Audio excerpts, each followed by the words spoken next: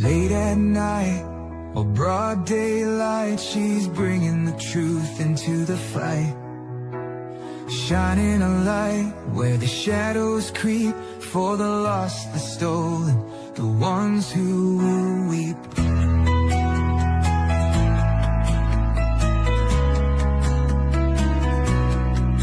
She won't turn away, she won't back down, even when the loony clowns come round. Threats don't shake her, lies don't win. She stands for justice, right till the end. Want the truth, want the best, wanna be safe as you chat. Find kids true crime, it's worth your time. She's got your back, she's on the line. YouTube, Twitter, TikTok too, Facebook stream, she'll fight for you.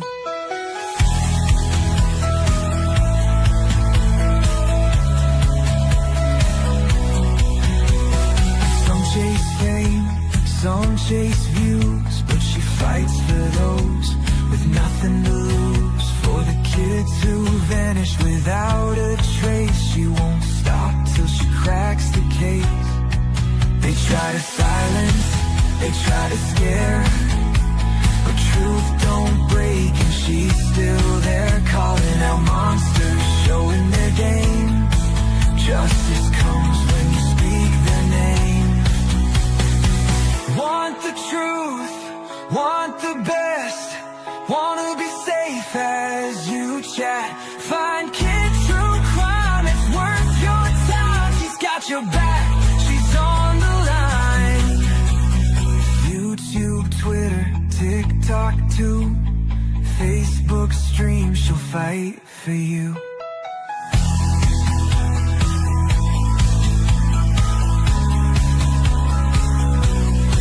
So if you're lost or need a voice, kids stand strong, she makes the choice.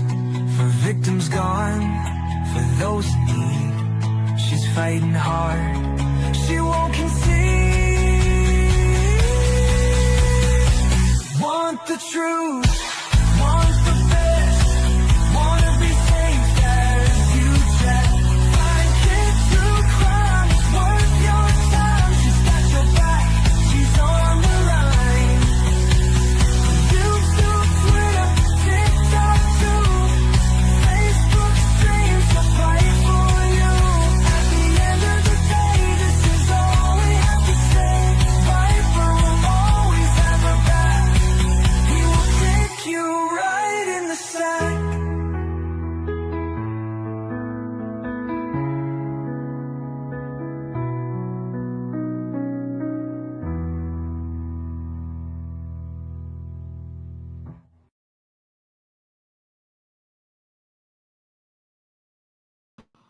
Hello, my pretties. How are you this fine Thursday? If I can get 10 people in here, that is amazing. And hello from Kick. Okay, people. Oh my God. Look who entered the chat. Dippy, what are you up to, girl? Hi, Misty. How you doing, sis?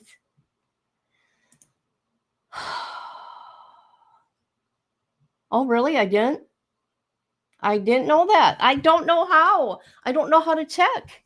Okay, I got it. Okay. I'm going to tell you guys what's going on. Oh, good. I'm glad you came here. I really appreciate that. Oh, look at Melissa from the Bushes is here. Melissa from the Bushes. Okay, there's some things that I'm going to talk about. I'm going to talk about an update. Yes, it is. Current events and update, okay? People know that I'm not afraid of anything, right? And what's the worst that could happen to me, right? My daughter died. So that's the worst that could ever happen. Just saying. I'm just saying. Let me take my face off there. There we go. So these are the current events. We got Karen Reed, Timmy D, Summer Wells, Anna Kepner. Boy, what a case that is. And little Melodee here, update on her mama. And maybe some body cam footage. Okay. Now this is what I want to say. Since people might think I'm mean, but that's okay. I'm not one for everybody, okay? But I have been very disrespected, okay, in all forms. This is what I want to say. I've been trying to get a hold of Timmy D's mother, Barbara Hall. Okay, Miss Barbara, I call her, because I want to tell her what I'm going through on here, right? I did talk to her once about it, right? But I'm going to say it like this for now. I'm not afraid. Believe me, I am not afraid of you. Timmy D's childhood friend is trying to make me lose every channel I got, everything I have on social media. Okay. Yeah. And I decided, because I feel that I'm not appreciated. Okay. And I talked to 3 of my friends yesterday, right? And I'm like, I said that I would never, ever, ever, and which I'm not, I will never, ever leave the Timmy D's case, which I'm not going to, okay? But when I talked to my friends yesterday, after I talked with them, I made the decision, everything as of right now of Timmy D's, I put on private. Not because of you, Timmy D's childhood friend. Well, you know what? Maybe you woke me up to something. I will say that. I'm going to be honest. I've only touched Timmy's case this year 3 times. And that was the day he went missing, the day he was found, and his birthday. That's it. That's all I did this year. 3 times. And then all of a sudden, I'm getting all these privacy complaints, right? I've gotten 22 now to date. As of today, 22 privacy complaints from Timmy's childhood friend, right? Now, with YouTube, let me tell you something. YouTube always says, go to the creator. Go talk to the creator and see if they'll take it down, right? And let me tell you something. It's only happened to me a couple times. And you know what I did? I took it down. But they chose not to go that route. They chose to go the legal route. So the legal route is what they're doing right now, because it's showing intent to what is that document they're doing? It's intent to sue me. That's what it is. When you sign this legal document with YouTube, that's showing intent to sue me. Okay? That's what's going on here. What is funny is I have nothing. I'm on Social Security, so you're not going to get nothing from me. But Timmy's case is not going anywhere right now. And until there's more evidence or there's an arrest, I will continue with updates like that, if there's any updates, right? But if I'm being attacked about this case, and I reach out to somebody to say, hey, this is what's going on, it's like, why am I doing this? Who am I doing this for then? Right? Oh yeah. And also, I just want to let you guys know, they had my Patreon taken down, so I no longer have a Patreon. I just thought I'd let you know that. And they're trying to get my YouTube gone. Let's see, probably my Facebook. So that's why I put my Cash App link, because they had my Patreon taken down. I woke up yesterday morning and it was gone. So that's the update with Timmy D's. Now let me repeat myself. I've always said this. Anybody can come and talk to me on a personal level, and I will talk to them. And I have, but I'm not saying who before. Okay? Because I keep my word. I'm I'm not afraid of anybody out there at all.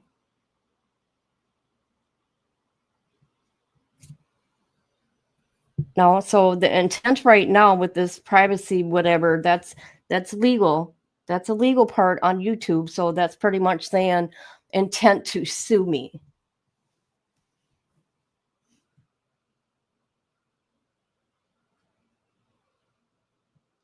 So that's the update with that. She's going live. I was on the phone. So yeah, you're talking to my 3 friends yesterday. I thought that's the best thing to do. And I'm okay. I'm going to say this because I know you guys are listening. I'm the least of your worries, believe me, because there are creators that got over 50K, okay, that have all these jail calls. You guys, they got all the jail calls and the reports and putting it out there. a little channel like mine, okay, with under 400 subs or 4,000. Damn, I'm nothing. I am nothing. Okay. I'm nothing. I mean, come on. You got a news reporter and everything. You got a documentary coming out. Holy shit. Holy shit. Are you going to sue the people that's doing the documentary? Holy shit. The documentary's coming out, people. Just saying. Just saying. Just saying. Just saying. I'm the least of people's worries there. I mean, your name is tarnished. Sorry to say that. I'm not saying that to. It's facts, though. It's facts. I'm proud of you, sis. Stand up for yourself. No more letting those who only want their self in the spotlight to use you anymore. I'm done. You know what? I got such a big heart, and people know that. Maybe the people, some certain people don't feel that way, but they don't really know who I am. And I've always said, come and talk to me privately, and we'll have a conversation. And I truly mean that. And I say what I say, and I mean what I mean. Oh, people are trying to take down my channel from the Timmy D's case. They took down my Patreon. I no longer have a Patreon. They're working on YouTube. I've gotten 21 privacy complaints, so that's a legal thing right now. That's to tell me, right? I know you're mean ass over 5 years. Oh, I know I'm so mean, ain't I? No, because I say what's on my mind, and I'm not a professional, so I don't talk all professional. I'm me, and I will always be me, and I will always stand for what's right. And right now, what's right is me not having no more stressors, in the sense of trying to support somebody that don't give a shit about me. And it was the hardest thing I had to do, to put everything on private, right? And I put it on private because, oh my God, they're going through like 3-hour, 9-hour, 8-hour videos, man. And there'll be a little tiny section, maybe Timmy's childhood friend's name will be on there, first and last name, without even me realizing it, right? But they report the whole freaking video. You got to go right to the timestamp. It is insane to me. It's insane. So I'm not playing their games. I put everything on private, right? In the meantime, I will, do what I need to do. All right. But it's like, come on now, you guys. I'm the least of your worries. I'm just saying, and it kind of made me giggle. I'm like, oh my God. Let me tell you. Let me tell you. You know what? I guess because it's me that's had been the loudest about this case. But I quit talking about it last year. I only talked about it 3 times this year. That's it. Because there's no update. Hi. How are you, Carol? So I just wanted to get that out of the way in case people were wondering. In case people are wondering what's going on there. That's what's up. Now we're going to get to Summer Wells. I want to get to Summer Wells real quick. And I'm going to tell you this. Some of you people on YouTube really, really irritate me. No, I haven't. Is it good? Now, some of you people on YouTube, and yes, I'm talking about you, Dolly, and yes, I'm talking about you, BHB.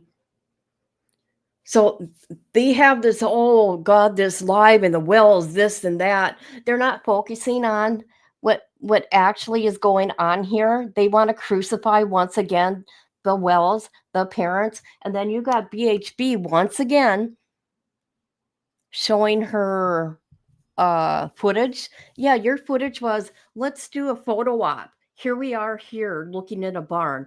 Take video, Olivia, that kind of shit. Right. I don't know. I stick up for the parents until otherwise. Until law enforcement says otherwise. So anyways, oh, let me take this down. Let's do the update. I went to TBI website. There we go. I went to the TBI website to see if they had anything on summer, and no, they don't. So let me show you. Where is it? So I went to the TBI newsroom to see if there's any updates. The last update was August 13th, 2025. And they talked about, they put out a new picture of her. Here, let me share that. Let me put that up there. I'm going to share that. So that's the newest one. Isn't that crazy, you guys? So there's no updates, but anybody with tips, call 1-800-TBI-FIND. Okay, but let's go to the news. And the news disappointed me too, because the first thing they talk about is the parents not talking. If I were the Wells, I would not talk either. Look at what the internet has done to them. Hell no, I wouldn't even talk to you people. None of you.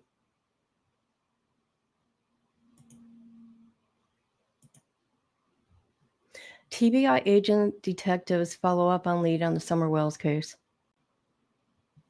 Here we go. The TBI confirming the Summer Wells case is far from cold. They say they followed up on a lead at a home on Van Hill Road in Greenville last week. That's about 10 miles from where Summer went missing. Officials didn't say if anything came out of that lead. It's been 4 years since the 5-year-old disappeared from her Hawkins County home. If you know anything that could lead to answers, call 1-800-TBI-FIND. Well, this morning. Oh, this is my number. I was number 16.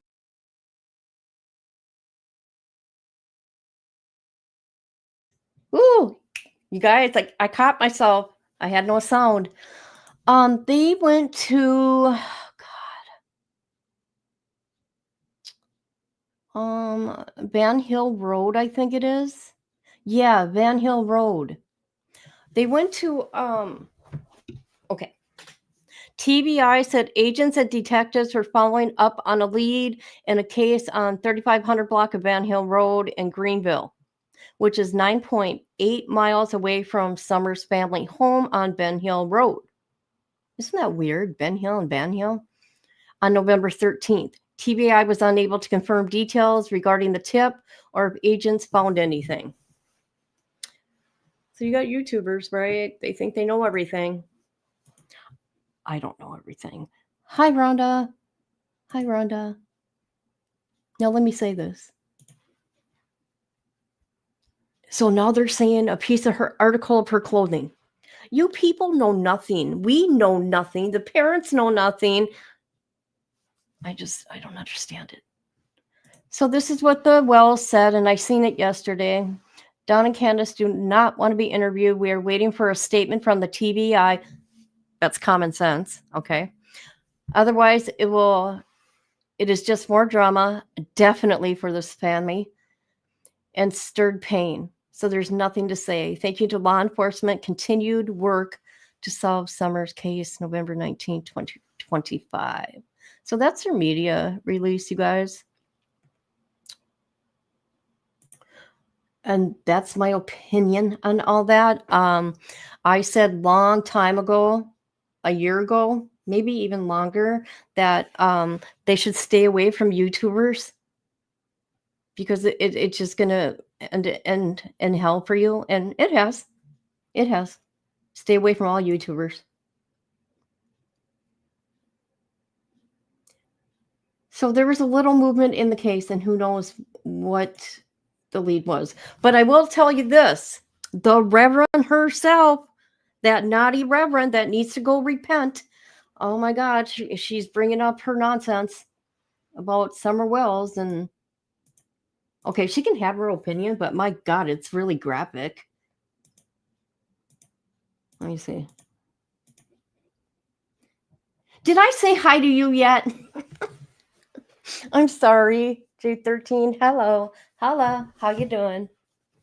Yeah, that's too bad, ain't it? Where are we going to go to next? She don't want to talk to anybody. Dawn has, right? We all know that. Dawn's been on your panel, but no, not Candace. The only reason why we went on YouTube, because, yeah, you know who started that nonsense? Cher. I don't care. Cher from Voices Behind the Wall.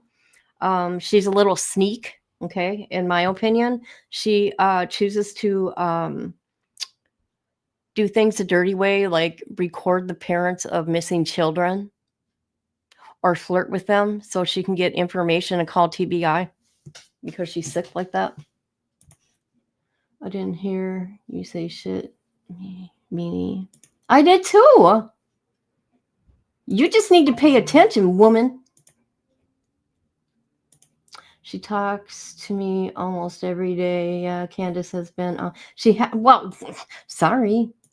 I got it wrong. See, I get it wrong, people. I get it wrong. Can said that her and Donna together no more, and they've been broken up for a while. Oh, they have. Oh no. Okay. That usually. Okay. From what we've seen, I've never suffered a missing child, right? Thank God. But I've suffered a loss of a child, and it's horrible, horrible people. Anyways, what ends up happening is the family, like the whole family like falls apart. Like for me, the death of my daughter, I don't talk to two of my other kids now. It all fell apart, people. It's weird how this shit happens.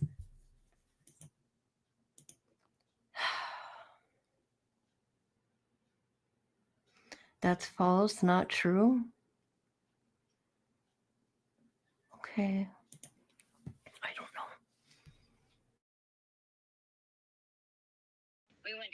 I gotta get my headphones on. You guys know how this works out here.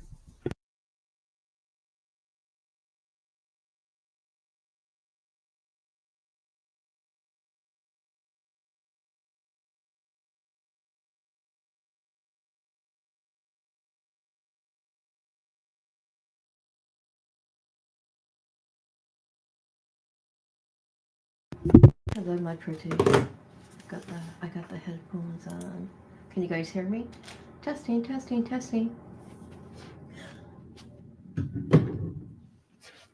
Okay. Now, that's the girl that was on a Carnival cruise. Her body is rolled up in a blanket with life jackets on top of her, underneath her brother's bed, stepbrothers. Okay. Oh, I gotta find the document. Oh, I thought I had the document. He got arrested. He's a juvenile. He's 16 years old. He goes by initials TH. I do know what he looks like, though. And I will not be showing the family picture. But he is a suspect in that. Yeah, ain't that crazy? Oh, she's so pretty. She's so pretty. Okay, this is her mother. No, is this her biological mother here? Yes. Let's listen to what her biological mother said. This is so heartbreaking.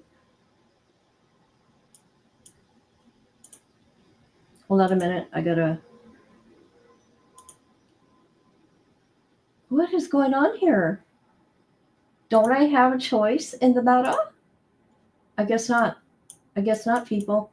Why can't I adjust this to my liking? Playback speed. Custom. I want to customize. It won't let me. That's crazy. All right, let's do this. Swanee River when she was, I think, almost three. And she went horseback riding for the first time. And the guy that was walking the horse said that she was acting as if a pro was riding the horse. Like she'd been out doing it her whole life. And it was the very first time she'd ever sat on a horse. She must have had a bunch of confidence. Yeah, she did. Yeah, she did. But yeah, she was a really good child. I mean, she never really complained about much. She never cried that much as a baby. And as a teenager, she was the same. She was just always happy anytime I'd see her and talk to her. These pictures, I know these pictures. I've been looking at them for quite a bit of time now. I'm sure you've been kind of diving into these, kind of remembering when some of these were taken and everything. Yeah. Yeah, I have a lot. Any of these photos kind of stand out to you, make you remember specific moments or anything like that? Well, all of them do actually, but let me see, the one with her, I believe, holding. Okay, hold on. I gotta share this. Sorry, I gotta share this link. I do want to say that I feel in my heart that Summer Wells is still alive, and I still believe that she was abducted. For the record. Okay, so Anna went on a cruise with her dad. It's a very colorful family. Her dad, her stepmom, with her step sibling. She has two full, wherever you want to call it, biological, whatever, siblings. But there's quite the colorful. Her dad has done some, allegedly some things. He'd been charged in the past with a minor. That's all I'm going to say. And it's court record. I got the court record. And then the stepmom, she just got divorced recently, and they must have got married right away. But I'm not 100%. Baby, it's actually her youngest brother. Youngest brother is my youngest son. That weekend, that was the first time she got to see him after I had him, and she didn't want to put him down. She wanted to hold him the whole time she was there. What an incredible big sister. You know, everyone looks up to your big sister, knowing she was that way from such a young age. These last couple weeks, have you been holding up okay? I know you've been at church. I'm sure we're leaning on faith, and the fellowship there has been super helpful for you. Yeah, they have been. I'm trying to hold it together. I can only imagine what you're dealing with. I know church is a big deal for everybody. It's like an extended family. So having them with you has to be a great shoulder to lean on. Yeah, it is. Is there anything, I don't want to take up too much of your time tonight, but is there anything you think I'm not busy for the rest of the night.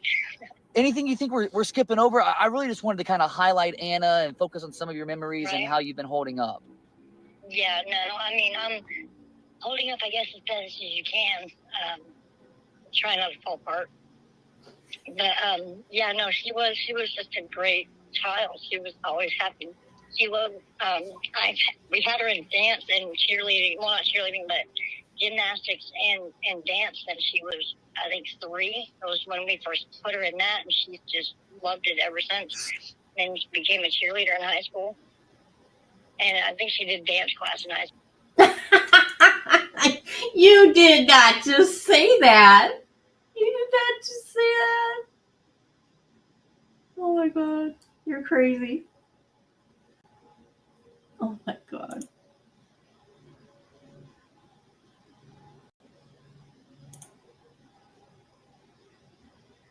Too, but I'm not positive on that one.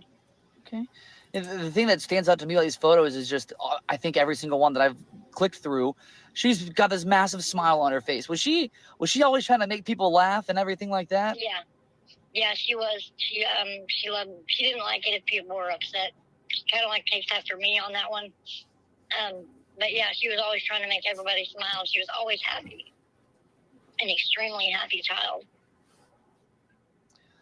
I don't think she was ever really upset or depressed anytime I'd seen her. She found the joy in everything. Yeah. It's incredible. Yeah, she did. Well, even when she'd make her post, if her boyfriend would break up or whatever, she still had to look at it. She always looked at it at the bright side, on the brighter side of it. So she probably found the good in everybody and everything. Yeah, she did.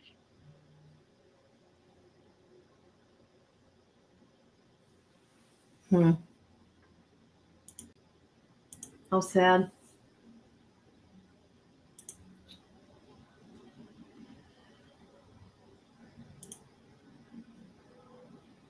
All right. Okay, I gotta take this TBI down. We get to come to. I know she was, wasn't she? Yeah, sure you will. I doubt it. I agree with you. It does sound familiar. Now I'm going to be thinking until we figure it out. Okay. All right. Now we're going to go to Melodee Buzzard. Her mama was in court. She got court again tomorrow. This is what I want to say about this little girl. I believe this little girl's alive. I think her mom has her stashed somewhere. But her mom did some really strange things here.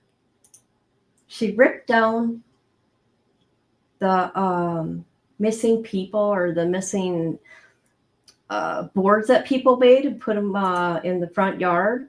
She tore them down and she cut her kid's face out. What? Why? Weird. So let's see. We're going to Brian Entons. We're not going to watch the whole thing though. Why did you cut her picture? Here we go. He was there. Brian was there. Of course. Here's his link to his channel. This lady is weird. Hold on. There's some discord within that family. Because they haven't seen that little girl forever. Let's see here. Can we turn this up here?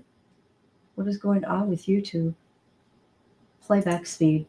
It's not going to let me, people. What am I doing wrong? Why can't we edit the audio?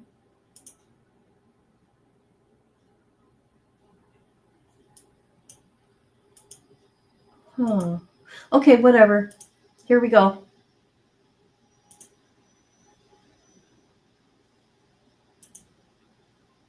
Why did you cut her pictures out on the posters? Everyone just wants to know where Melodee is. Hey guys, thanks so much for checking out my show. I really I think she needs to get a new wig, people. What do you think? appreciate it. Please click to subscribe. That was Ashley Buzzard, mother of Melodee Buzzard, who is missing, and I'm going to explain in a second why I was asking her. He's in her neighborhood. What did Brian do? About cutting up her daughter's missing posters. Oh, look at that little It's girl. new, something that I found out, and I'm going to get to it in a second. I'm in Lompoc, California right now. This is Ashley Buzzard's house. She's in the house now, where she's been for weeks, Oh my talking to God. no one, not answering any questions about where missing Melodee is. Where is the 9-year-old little girl? She's not talking to reporters. She's not talking to police. She's not talking to anybody. I saw her again today at her court hearing. Going to get to all of that. I wanted to show you real quick, though, outside the house, there's these missing Melodee posters that are outside, and there's some candles over there in the corner. But again, Why would she tear those down? What is wrong with that lady?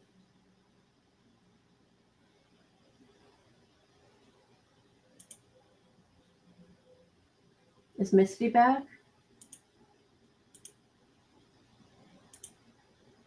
Okay. she just doesn't come out. So I'm getting to the latest on everything, what it was like seeing her in court, this new development about the posters and her cutting up the posters and what that could mean. I'm getting into all of it in this episode of Brian Enton Investigates. Hey guys. Okay, again, this is Ashley's house behind me, Lompoc, California. Ashley Buzzard, Melodee's mom, was in court again, and I was there. This all stems from this charge unrelated to missing Melodee that has to do with false imprisonment, which I'll get to in a second, with one of the mom's former friends apparently locked him in the house, 4 deadbolts, and then Oh my God. had a box cutter, all sorts of crazy details. But so she was back in court on that charge. It was basically like a status hearing, getting ready for the preliminary hearing, which I will also be covering. Yeah. How about that, people? She didn't even get arrested or have a case because of her child being missing, right? It's because what she did to her friend. I don't understand how some cases they arrest the parent. In other cases, they don't. Look at Lori Vallow. Look at how long Lori Vallow ran around. Let's see, Charles died in what, July? And she didn't get arrested until when? January? Weird. I don't get it. And I saw her first walking in. She kind of came out of nowhere. I was outside waiting to see if she was going to show up. And then I saw her walking out. It's a very quick hearing. Different from last time. She sort of had like a little entourage. This time they had a number of police officers there, I guess, sort of like I was really the only reporter trying to talk to her, but keeping me back. And then her lawyer was also with her. She walked out the front door, and then she got into like a ride share. I don't think she has a car, so she took a ride share back here to her house. First, let me play you when I tried to ask her some questions. Ashley, can you tell us where Melodee is? Why aren't you saying anything to law enforcement, Ashley? Why have you just stayed quiet when your daughter's missing? It doesn't make any sense. Yeah. Why did you cut her pictures out on the posters? Everyone just wants to know where Melodee is. So she didn't answer any of my questions. I did notice. Wow. So this is what Brian's going to do. He's going to sit right out of her house. Next thing you know, guess who's going to be there? You watch. Old Herm Betty's going to be there. Maybe even Jonathan. No, Jonathan don't act like a fool like he used to no more, because he has a very good following now. So if he acts stupid like that, because they're mainly older people, yeah. She looked up at me and kind of locked eyes at one point when I first said her name, Ashley. And you heard me at the end there again asking her, why did you cut up the posters, the missing posters? And I've got an interview with private investigator Bill Garcia coming up later in this episode. I met up with him. He is the private investigator that's been working with little Melodee's father's family, trying to investigate all of this. And he found out something very interesting about, he says, Ashley Buzzard cutting up missing posters, cutting Melodee out of the posters, and those posters with Melodee cut out are inside her house, according to private investigator Bill Garcia. And you're going to hear him explain all of that later in the episode, which is really, really bizarre. So that's coming up. In terms of what happened in court, again, it was a quick hearing. They were just getting ready for the preliminary hearing. These are photos from inside the courtroom. There was no video allowed this time, but you can notice that Ashley had a different appearance. I mean, she's had different appearances throughout. She wears these wigs that it seems she's been wearing to disguise herself. But she had the wig on again today, but it was sort of pulled back in a different way. Does she realize that all she's doing is bringing attention to herself with these goofy wigs? And look at how she puts on makeup. I'm just saying, I'm not hating on her. Well, maybe just a little tiny bit. But come on, that wig is ugly. Just saying, girl, it's ugly. I don't know if it was the same wig that we've seen. Another thing I noticed is she had on a lot of makeup this time around. Just a ton of makeup. I mean, you can see it on her cheeks, and she was very, very made up and just sort of had a different look and feel this time than in other times that we have seen her in court. She didn't say a word in court either. So she didn't talk outside. That face, that cover girl face. When I asked her questions, and she didn't say anything in court. Her lawyer did the talking. And she may have to say more when we get to this full preliminary hearing. So let me give you guys a little bit of the backstory before I get into this interview with private investigator Bill Garcia. So 9-year-old Melodee Buzzard has not been seen now in well more than a month. Her mother, Ashley, has not been cooperating with police at all, not answering any questions. It's been very, very suspicious. We know that Melodee and her mom were together on October 7th, 2 days before the most recent sighting, and that they had rented a car and headed out on a several thousand multi-state. Okay, it looks like she's trying to hide who her kid is, man. She's alive. That little girl's alive. Okay, let's go to, we're going to go up here. We're not going to watch Brian's whole thing because I want you guys to go over there and watch it. Hold on. Oh my God, this guy's interviewed that long? Okay, let's, hold on.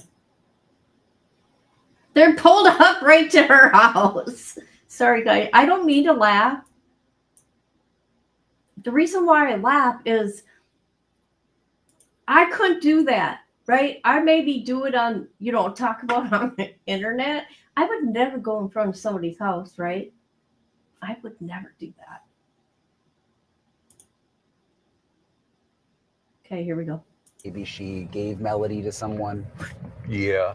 So, well, since the beginning, we've been tracking the information that's been put out by law enforcement and looking at the map and the route. And it wasn't until I actually had an in-depth conversation with Tyler that prompted me to actually drive to that area, because Highway 89 stood out to me. That wasn't the norm for someone that's on a long road trip, unless you have a long amount of time, to casually take the drive. It's situated just north of Zion and Bryce National Park. And it's a beautiful route if you're on vacation, but if you're just traveling, it doesn't make sense to take that particular route. Oh, God. Did he say Zion National Park? Hold on a minute. Let me Google that. You know what I'm thinking of?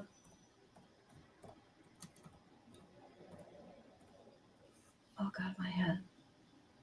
Oh, my God. Do you guys remember that? Zion National Park? Or was it Yellowstone? Larry Vallows. The last picture taken with the kids. Is it Zion or was it Yellowstone? I don't know. It just came to mind.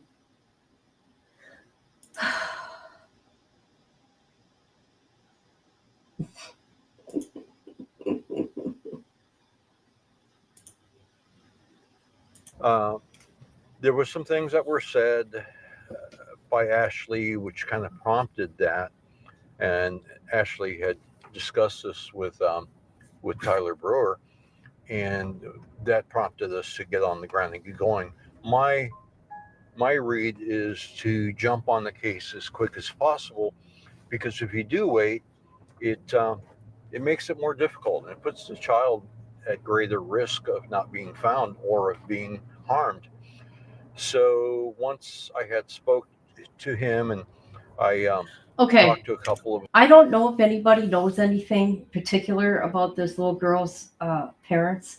I mean, is there a custody battle, anything like that? Does anybody know? Did we even talk about the dad? Oh, I forgot about that. Gabby Petito. Yep. Yep. Oh my God, you guys, I'm in so much pain. I can't begin to tell you the pain. It's from my neck fusions. This weather is killing me. Literally killing me, people. Killing me.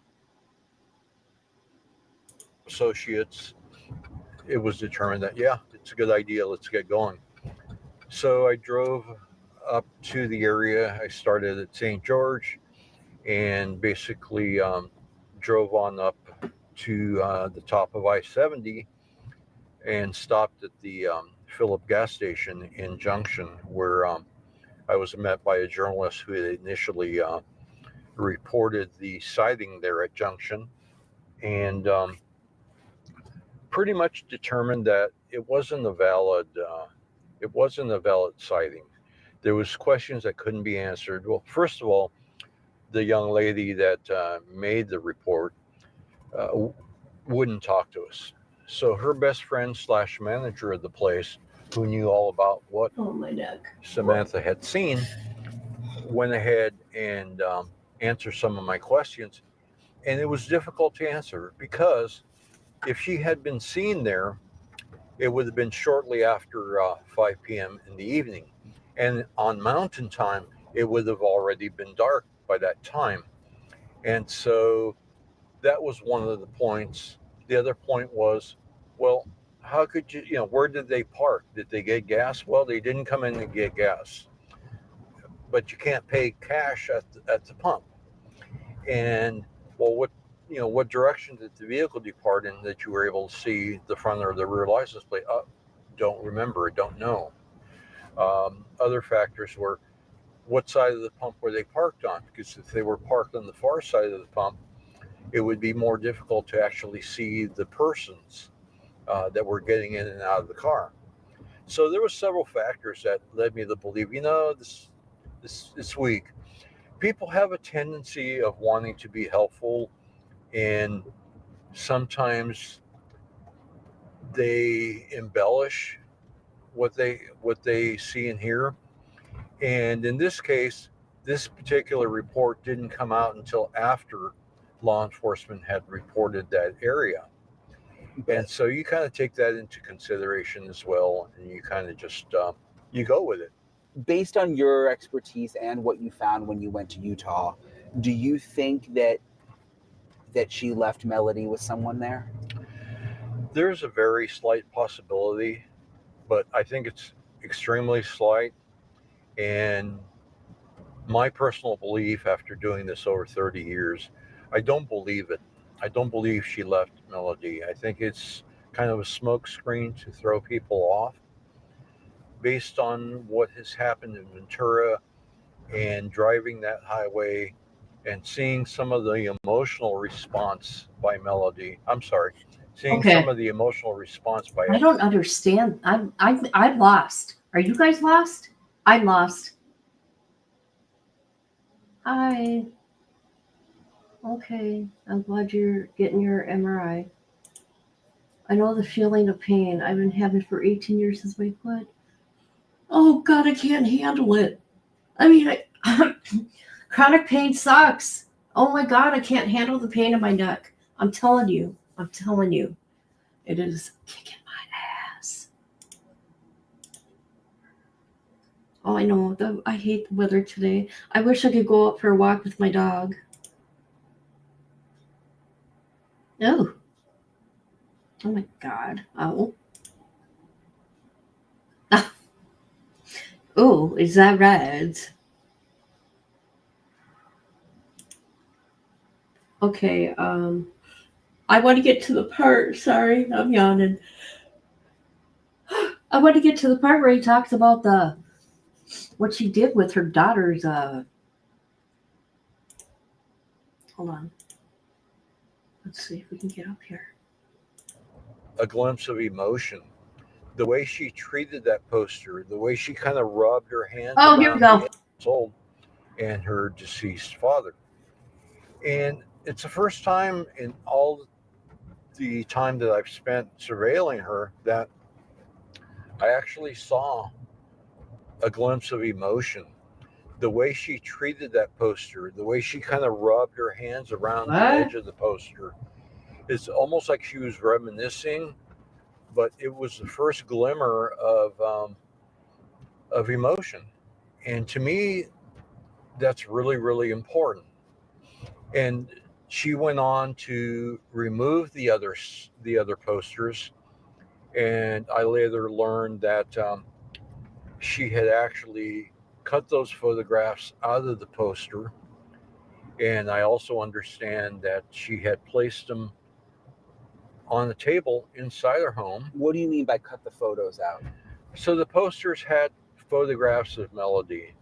They didn't take up the entire poster, but they were snapshots that were projected onto the posters. So I understand that she had cut these photographs off of the poster. So she cut Melodee out of the missing poster? Out of several of the missing posters. And why would she do that? Why? Not sure, but what she did with them is she placed them on the table in her home. To me, it represents an altar. Not saying that she's deceased, but it's something that she can have I some don't memory know. of. This is weird. Weird. But if you want to, this guy, we're not going to play Brian's whole video here. If you want to go watch that, I wanted to hear about the posters. What is going on YouTube? Where is my avatar? What is going on? Hold on a minute. Am I here, people? Okay. That's weird. All right.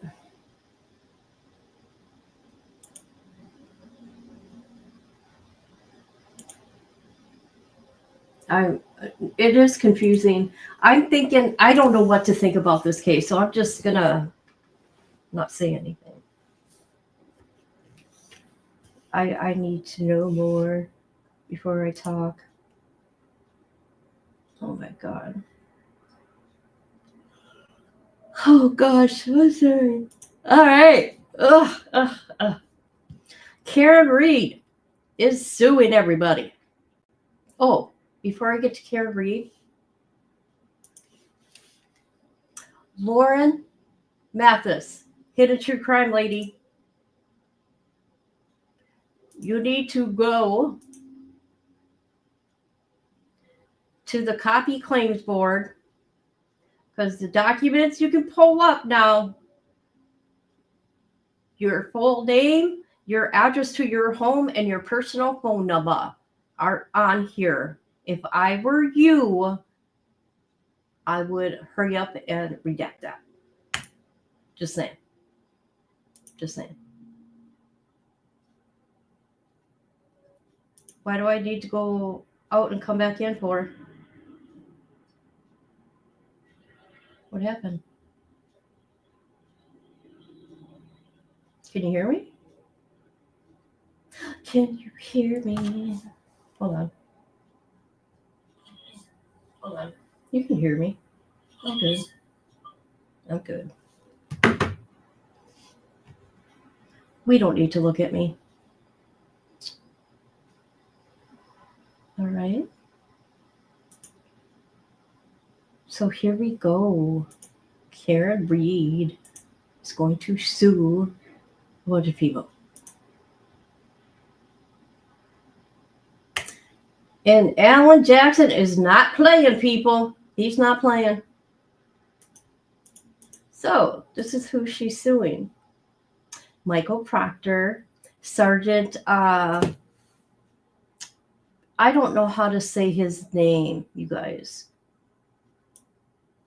Buchanan, Tully, Lieutenant Tully, Brian Albert, Nicole Albert, Jennifer McCade, Matthew McCade, and Brian Higgins.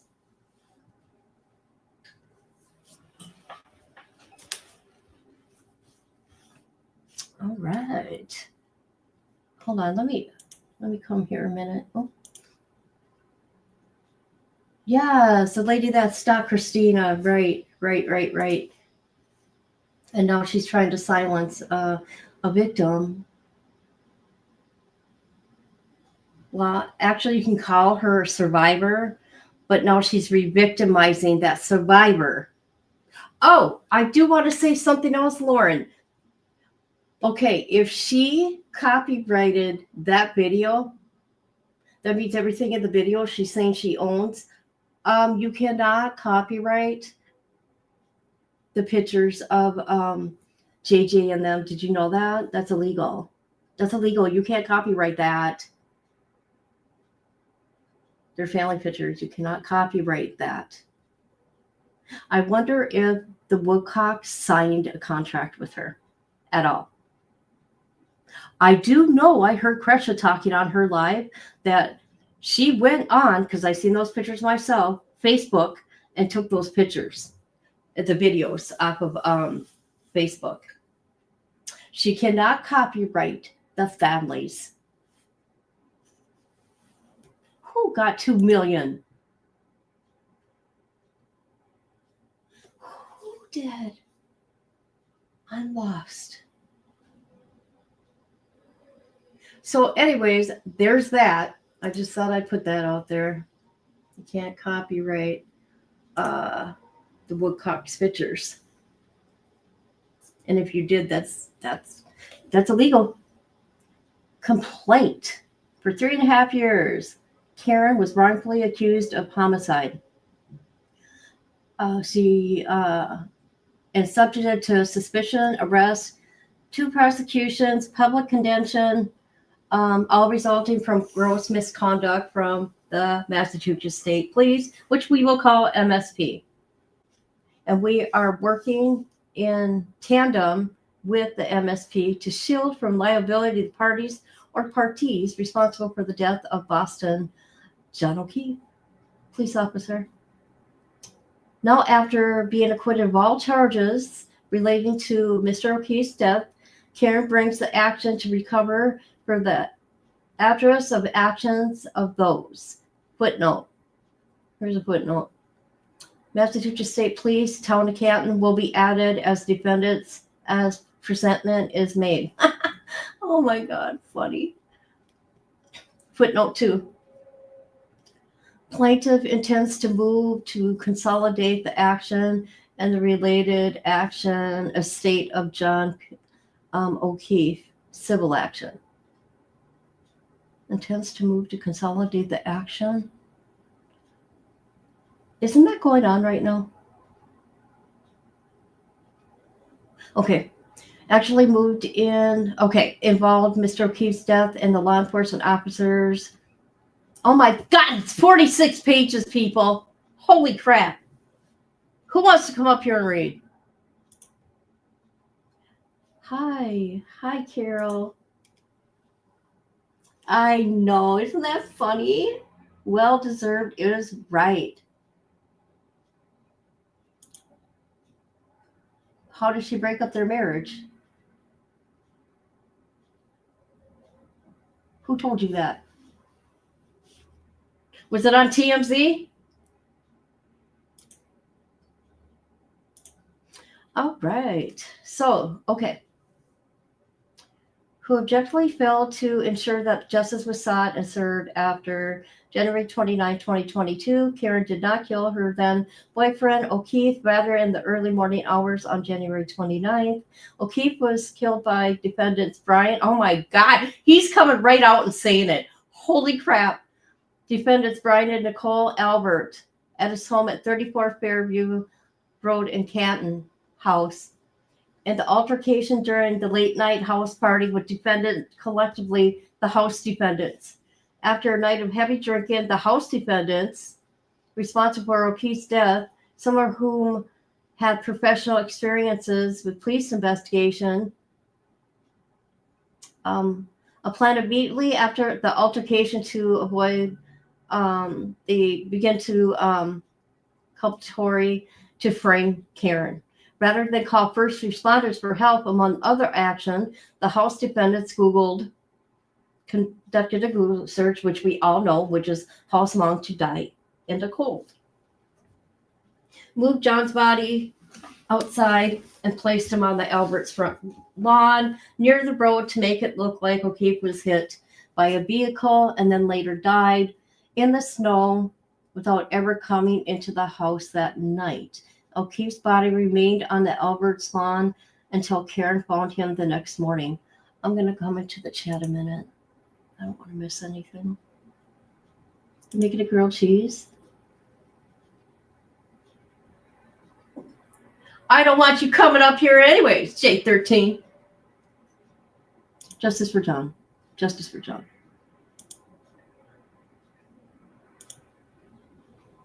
That's what I need her to. Oh, is it?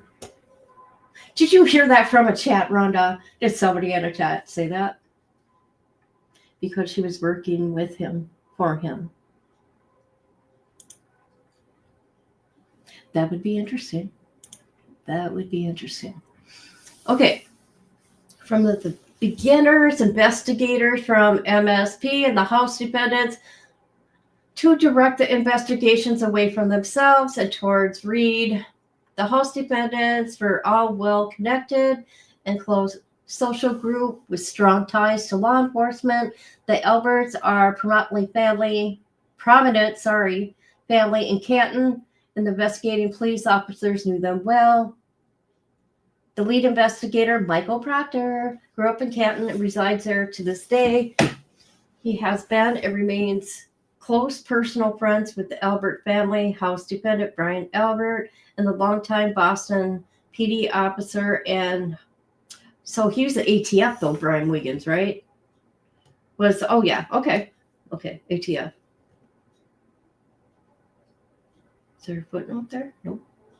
Adhering to the unwritten rule protecting their own, Proctor and his MSP colleagues intentionally disregarded the obvious and compelling evidence tying the House defendants to O'Keefe's murder. O'Keefe's injuries were consistent with physical altercation. He had bruises and lacerations on his face, a deep gash on the back of his head, suggesting that he was punched and fell backwards, hitting his head on a rigid surface.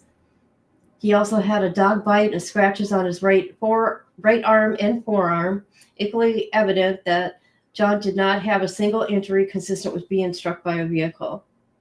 He did not have any broken bones or even a bruise on his leg, feet, arms, shoulders, torso, back, ribs, or anywhere below the neck that a medical examiner would otherwise expect to find a person struck and killed by an impact from a 3-ton vehicle. And to erase any doubt, the Commonwealth-owned medical examiner, the pathologist who conducted the autopsy for the Commonwealth, concluded that John's body showed no signs of vehicular strike.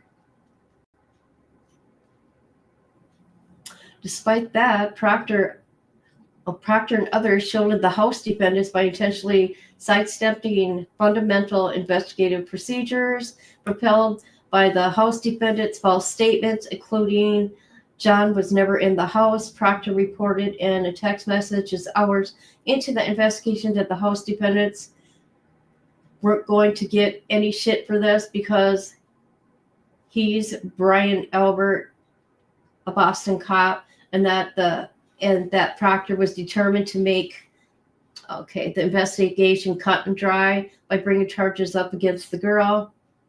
Indeed, Proctor made his intentions clear in writing. Karen Reed had zero chance of skating. She's fucked. Wow. I do recall that now, people. The pronouncement was a mere 16 hours after John's body was discovered on Albert's lawn. Proctor had not even walked into the house. True to his promise, Proctor and his colleagues did not search the house for blood evidence resulting in the gash on the back of John's head, or fingerprints, or DNA evidence. Proctor did not search the house, despite the fact that John was discovered without a winter's coat, without a hat. Several witnesses said he had been wearing that night, and without his left shoe. Proctor's direction at Proctor's direction, I must say. The house was never processed by a criminologist or even photographed. Holy crap. No member of the MSP, including Proctor, set foot inside the 34 Fairview for nearly a week. The police did not examine or take advantage of the Albert's German Shepherd that was in the house on January 29. The dog had a history of attacking other dogs and people. Nevertheless, Proctor nor the MSP troopers conducted physical examinations of the house defendants for the evidence of involvement of an altercation, such as marks on their hands, knuckles, face, bruises on their bodies. They did not seize or search the house defendants' phones. They conducted only unrecorded conversations with Proctor's friends, acquaintances, without any attempts to collaborate their stories. They permitted would-be witness to communicate with each other and coordinate their stories before any formal interviews. They allowed critical evidence to be manipulated in other instances and outright destroyed in others. In short, by focusing the investigation solely on Reed, as directed by the house defendants through misreputations, they made police. Proctor and his colleagues disregarded, failed to obtain permanent, I can't even speak, interviews, and that critical evidence from the house defendants that cannot now be recovered or recreated. Proctor also secretly communicated with the Alberts on his personal phone, back channeling those communications on his state-issued device, and used his sister as a conduit. For instance, on multiple occasions, Proctor disclosed critical and confidential information about the investigation. Oh, I remember this now. To his sister, who passed the information to her closest friend, Julie Albert, Brian's sister-in-law, which is Chris Albert's wife. Julie Albert then passed the same, information to the residents of her family who has been a part of these communications, included Julie Albert's promise to buy Proctor a thank you gift. Oh, you know what? Isn't Julie...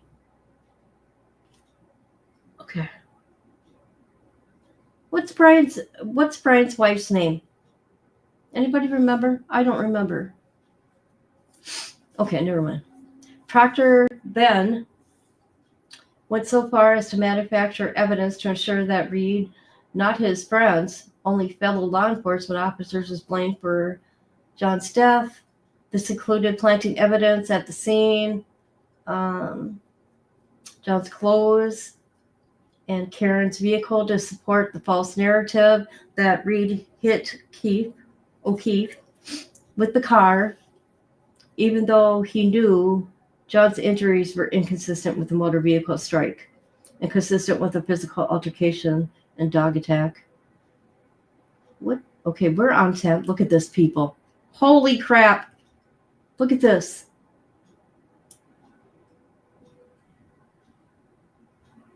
I thought maybe there's going to be exhibits. No. This is the whole case right here. Holy crap. I'm not reading 46 pages, but we will do it. We will do it a little bit at a time. We're going to look at her. Let's watch the interview that her dad was on about this. Okay, her dad got interviewed.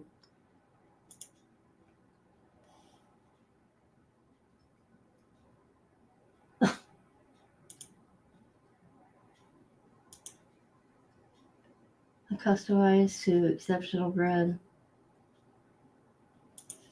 I tried some really interesting bread. Where was it at? My daughter's celebration of life. They got it at, I can't remember where they got it because they paid. They had a pickle bar because Tabitha loved pickles. Everything pickles. But then on the side they had these sandwiches. And this one bread, it was so good. It started with an M, and it like melted in your mouth. All right, people, we're going to go to Karen Reed dad's interview.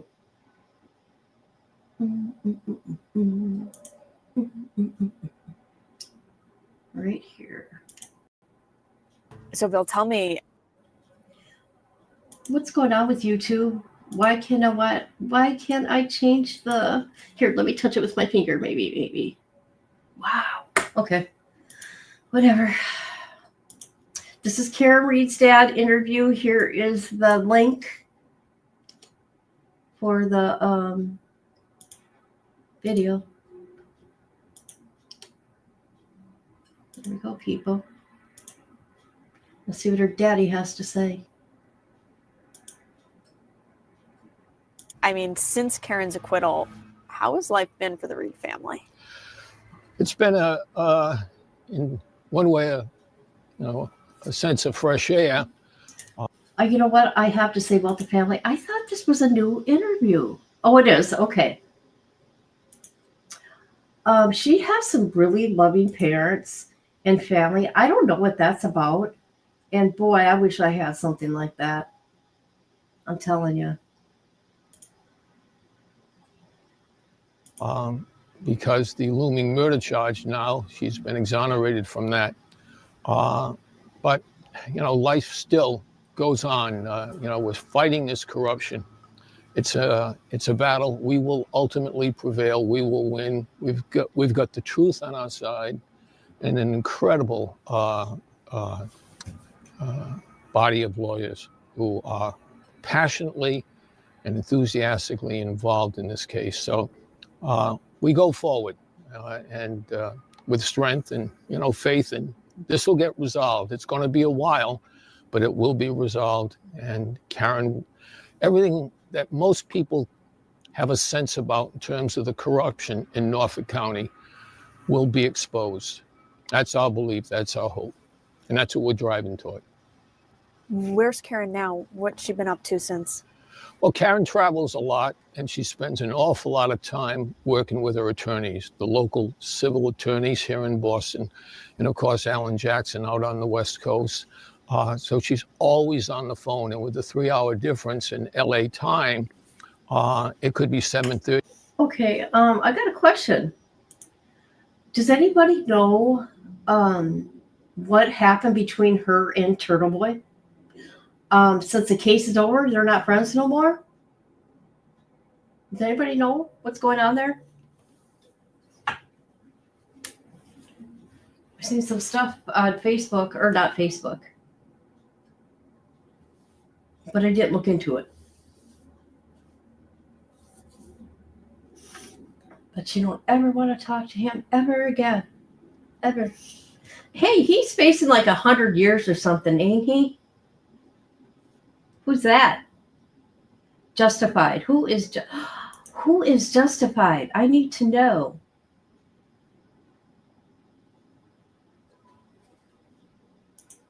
I believe he recorded some of their phone calls. Did he share them with the internet? She should know better. It's Turtle Boy. Come on now. Oh, it's a TV show. Oh, I don't watch TV. I thought maybe it was somebody on here on the internet. Okay, let's get back to her daddy. At 8 o'clock at night, and Attorney Jackson is still in the office. So, I mean, her days are full. She has friends. She travels up north to Florida, Martha's Vineyard, the Cape. And of course, she primarily stays here with my wife and her, Keeping busy, per se. Well, she's always busy. She knows this case inside and out. And let me tell you something. I think they want to see her fail at, I'm talking about law enforcement, all that out there. Because she's on probation for a year. I would move out of that damn state. I would get the hell out of there because she will always be, I just wouldn't live out there no more, okay? They tried to set her up like that.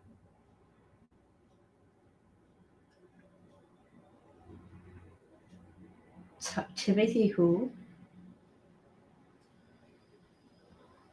Okay. She's reading all of the legal filings, and she is always in communication with the lawyers, and in a very positive sense in terms of guiding their thinking and listening from their perspective, what the legalities are in terms of the law. So it's an education for all of us. How vital is Karen's legal team? I mean, would you have gotten to this point without them? God, no. God, no. First and foremost, Alan Jackson.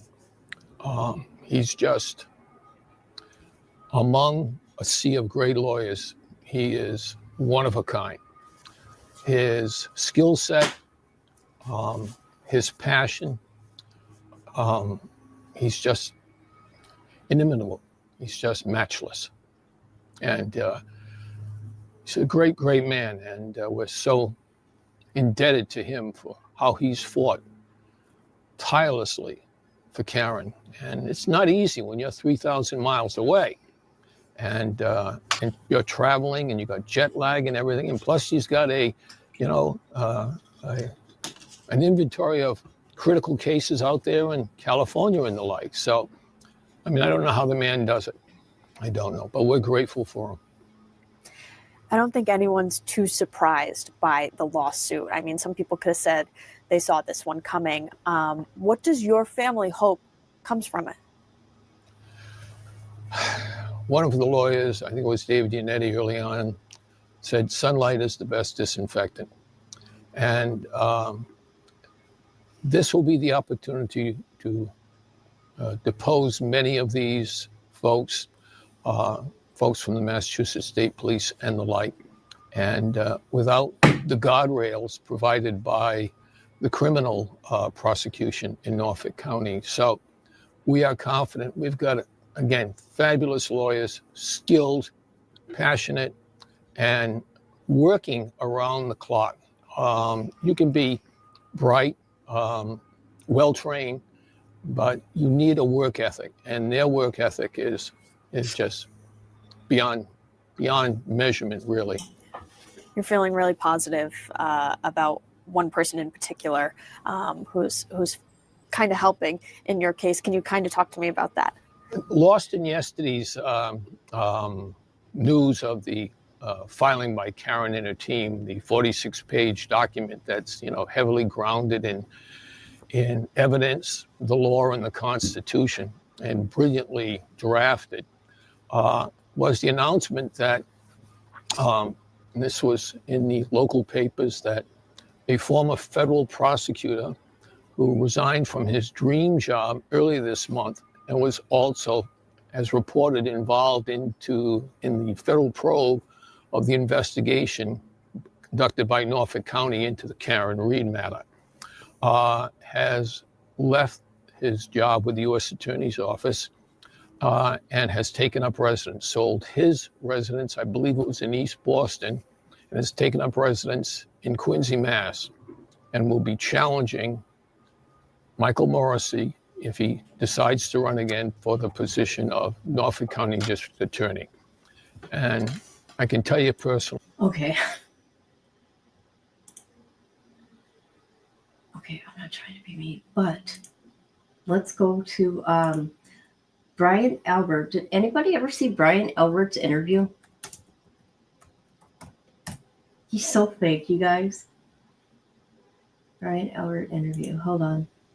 They were just saying the other day they were going to sue Karen and Turtle Boy, by the way. Let me find the interview. Here we go. Here. I wonder how CBS Boston. Probably not. Hold on a minute.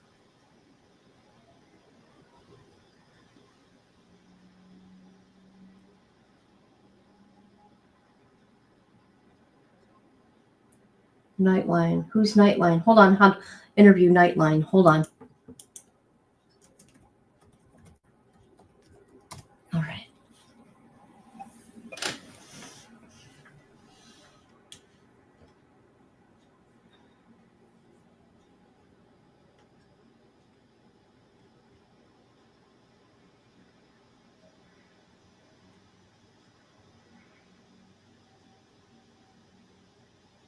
Okay.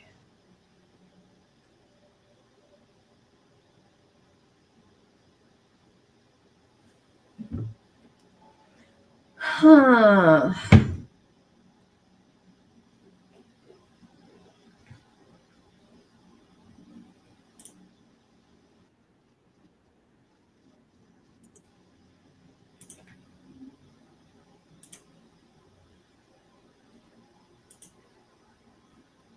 Why? Where's the interview?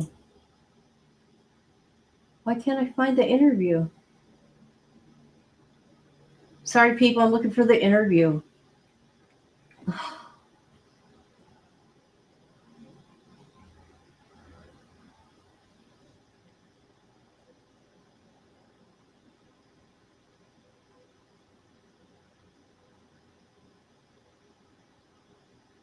Silly Proctor interview. Silly Proctor. What? I'm not on StreamYard though. Should I take a screenshot and show you guys?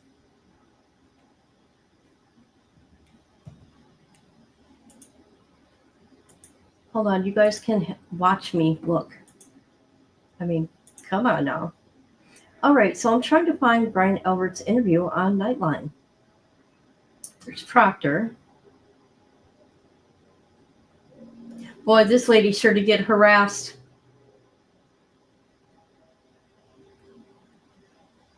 Where is it? I will not talk about John O'Keefe's family. Absolutely not.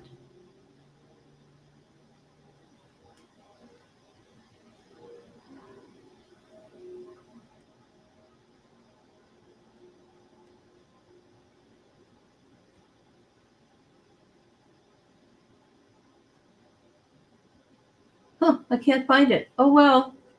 Oh, well.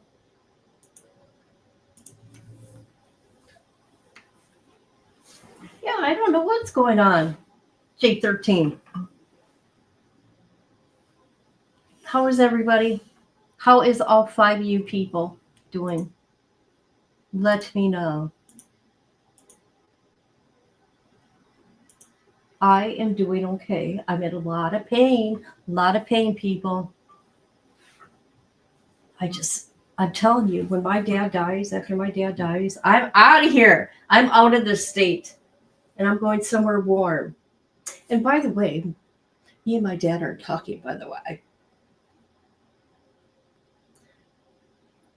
I think maybe my son, my oldest son, told him something. And what he should know, not to be telling my dad anything, because I got to put up with the bullshit. Just saying.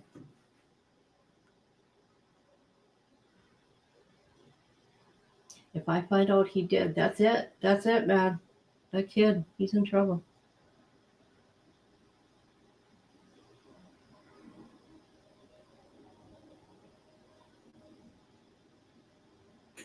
You're okay.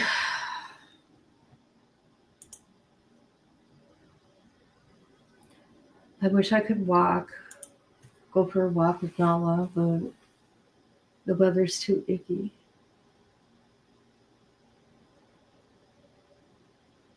You just get really depressed about it too. I'm going to put on 110 pounds. Watch. Because I'm unable to go for a walk.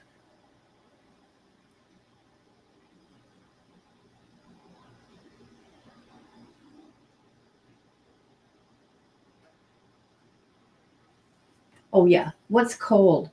Let's see. What's the temperature? Actually, it's kind of warm right now here. It's kind of warm, but the wind is icky.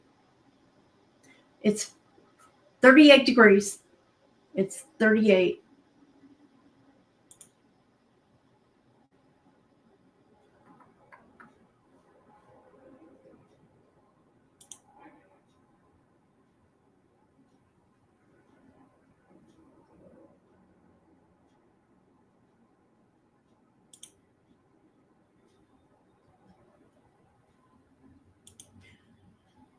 Yeah, I don't know what's going on with YouTube. Or I mean StreamYard.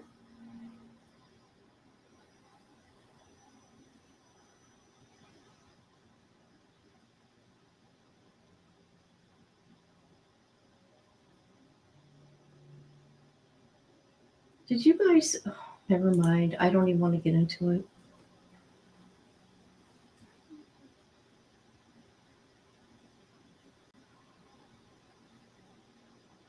Ooh, 56, huh? Nice. But you're so used to it being in the hundreds. I'm telling you, 56 here is like more than hoodie weather. It's like I'd wear shirts and a shorts. Sure would.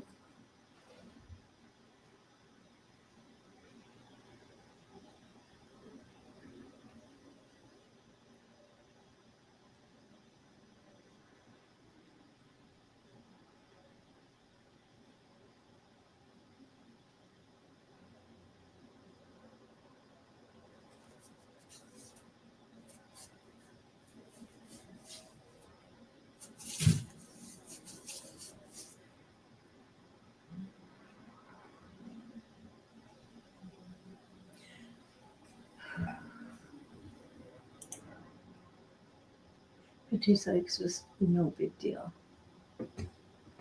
Oh, okay.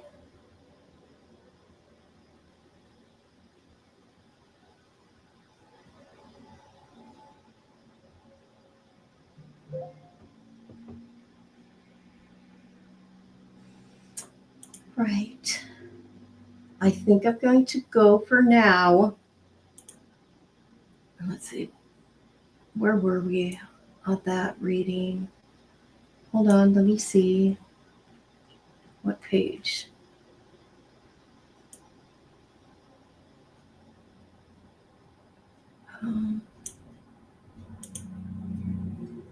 Okay, I just see what page we were on. You had hail yesterday? That's crazy. That's crazy.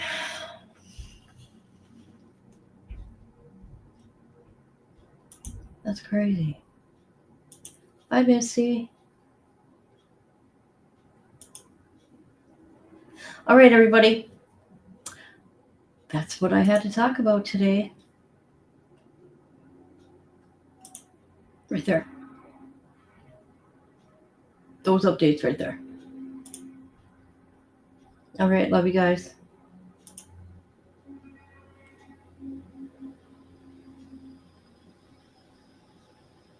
Boot up the stream, grab your snack and noodle. Here comes the queen, kid and caboodle. Wi-Fi blazing, wig on tilt. More drama than a soap opera quilt.